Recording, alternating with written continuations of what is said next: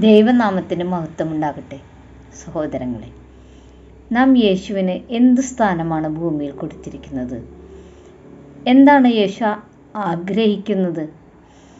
വചനത്തിൻ്റെ അടിസ്ഥാനത്തിൽ നമുക്കതൊന്ന് പരിശോധിക്കാം. ഗുരുനാഥനായും സ്നേഹിതനായും സഹോദരനായും അപ്പനായും എല്ലാം നാം യേശുവിനെ കാണുന്നു. എന്നാൽ യഥാർത്ഥത്തിൽ യേശു നമുക്ക് ആരാകാനാണ് ആഗ്രഹിക്കുന്നത്? എഫേസ്യർ 1:23 കേൾക്കൂ. എല്ലാറ്റിലും എല്ലാം നിറയ്ക്കുന്നവൻ്റെ നിറവായിരിക്കുന്ന അവൻ്റെ ശരീരമായ സഭയ്ക്കായി സർവത്തിനും മീതെ അവനെ തലയാക്കുകയും ചെയ്തിരിക്കുന്നു. അതായത് യേശു നമ്മുടെ ശരീരത്തിൻ്റെ ഒരു പ്രധാന ഭാഗമാകാനാണ് ആഗ്രഹിക്കുന്നത്. അതായത് തല, എല്ലാം നിയന്ത്രിക്കുന്ന ഭാഗം. ശരീരം എന്നത് ഒരാത്മാവിനാൽ നയിക്കപ്പെടുന്ന, യേശുവിൽ വിശ്വസിക്കുന്ന ജനത്തിൻ്റെ കൂട്ടം. എല്ലാവരും കൂടെ ഒരു ശരീരം. നിയന്ത്രണം തലയ്ക്ക്. ഒരു ശരീരത്തിൻ്റെ ഭാഗമാകാൻ കഴിഞ്ഞാൽ നാം സുരക്ഷിതരായി. എഫേസ്യർ 5:23 വീണ്ടും പറയുന്നത് കേൾക്കൂ. ക്രിസ്തു ശരീരത്തിൻ്റെ രക്ഷിതാവായി സഭയ്ക്ക് തലയാകുന്നത് പോലെ ഭർത്താവ് ഭാര്യയ്ക്ക് തലയാകുന്നു. പിന്നീട് അങ്ങോട്ട് വായിച്ചാൽ ആ ബന്ധം എങ്ങനെ കൊണ്ടുപോകണമെന്ന് പൗലോസ് അപ്പോസ്തലൻ പറയുന്നുണ്ട്. ക്രിസ്തു സഭയെ ഭാര്യയെപ്പോലെ കരുതി സ്നേഹിക്കുന്നു. ക്രിസ്തുവിൻ്റെ ശരീരത്തിലെ അവയവങ്ങളാണ് നാം. എത്ര വേർപിരിയാനാകാത്ത ബന്ധമാണത്. നമ്മളാകുന്ന അവയവങ്ങളുടെ പ്രവർത്തനം തലയാകുന്ന ക്രിസ്തുവിനെ ആശ്രയിച്ചിരിക്കുന്നു. കൊളോസ്യർ 2:10 പറയുന്നത് കേൾക്കൂ. എല്ലാ അധികാരത്തിനും ആധിപത്യത്തിനും തലയായ ക്രിസ്തുവിൽ നിങ്ങൾ പരിപൂർണരായിരിക്കുന്നു. ബലഹീനരായ നമുക്ക് പൂർണ്ണരാകാൻ സാധിക്കുന്നത് ക്രിസ്തുവിൻ്റെ ശരീരത്തിൽ ചേരുമ്പോൾ മാത്രമാണ്. യേശു സഭ എന്ന ശരീരത്തിൻ്റെ തലയാണ് എന്ന് കൊളോസ്യർ 1:10 വ്യക്തമായി പറയുന്നുണ്ട്.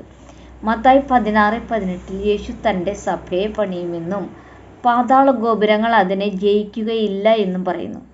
യേശു എന്ന ഹെഡിനാലാണ് പരമാധികാരം, പരമോന്നത അധികാരം. അതിന് പകരം വയ്ക്കാൻ ആർക്കുമാകില്ല. ശരീരമാകുന്ന സഭയിലെ എല്ലാവരുമായി നാം ഇഴചേർന്നിരിക്കുന്നു. എങ്ങനെ? ശരീരത്തിലെ വിവിധ അവയവങ്ങൾ എന്ന പോലെ. എല്ലാ അവയവങ്ങളെയും ഒരുമിച്ച് നിർത്തുന്നത് തലയായ യേശുവാണ്. യേശു പണിത സഭയുടെ എല്ലാ അധികാരവുമുള്ള ഒരു തലവൻ നമ്മെ സംരക്ഷിക്കാനുണ്ടെന്ന് എന്നത് നമുക്ക് ആശ്വാസകരമാണ്. തലവന് നാം വിധേയരായിരിക്കണം. അധികാരമുണ്ട്. വെളിപ്പാട് പുസ്തകത്തിൽ യേശു അയച്ച കത്തുകളിൽ ഈ അധികാരം വ്യക്തമാണ്. അവിടെ അവരെ അഭിനന്ദിക്കുന്നുണ്ട്, ചെയ്ത തെറ്റുകളെ കുറ്റപ്പെടുത്തുന്നുണ്ട്. വഴിതെറ്റിപ്പോകാനാവാത്ത വിധത്തിൽ തലയാകുന്ന ക്രിസ്തു നമുക്ക് മാർഗനിർദ്ദേശം നൽകുന്നുമുണ്ട്. പല സഭകളും യേശുവിനെ തലയായി അംഗീകരിച്ച് ആരംഭിക്കുന്നു.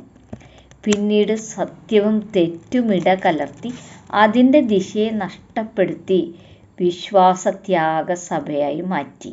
ക്രിസ്തുവാകുന്ന തലയെ മാറ്റി അതിൻ്റെ സ്ഥാനത്ത് മറ്റൊരാളെ പ്രതിഷ്ഠിച്ചാൽ അത് പിന്നെ പോകുന്ന വഴി വളരെ വിചിത്രമാകും. കൊളോസ്യർ 3:6 മുതലുള്ള ഭാഗങ്ങൾ വായിക്കുക. സഭയെ ചലനാത്മകമായി വളരുന്ന ഒന്നായി മാറ്റുന്ന പോഷകവും ഊർജവും നൽകുന്നത് ക്രിസ്തുവാണ്. എല്ലാ ആത്മീയ ദാനങ്ങളും പകരപ്പെടുന്നത് ക്രിസ്തുവാകുന്ന തലയിലൂടെ മാത്രം. മറ്റാർക്കും അത് പകരം വയ്ക്കാനാകില്ല. അതിനാൽ സഹോദരങ്ങളെ, ആ തലയ്ക്ക് പൂർണ്ണമായി വിധേയരായി നമുക്ക് നീങ്ങാം. മറ്റൊരു തലയെ നമുക്ക് ആവശ്യമില്ല. ഈ വചനങ്ങൾ സ്വീകരിക്കാൻ പരിശുദ്ധാത്മാവ് സഹായിക്കട്ടെ. ദൈവമേവരെയും സമൃദ്ധമായി അനുഗ്രഹിക്കട്ടെ.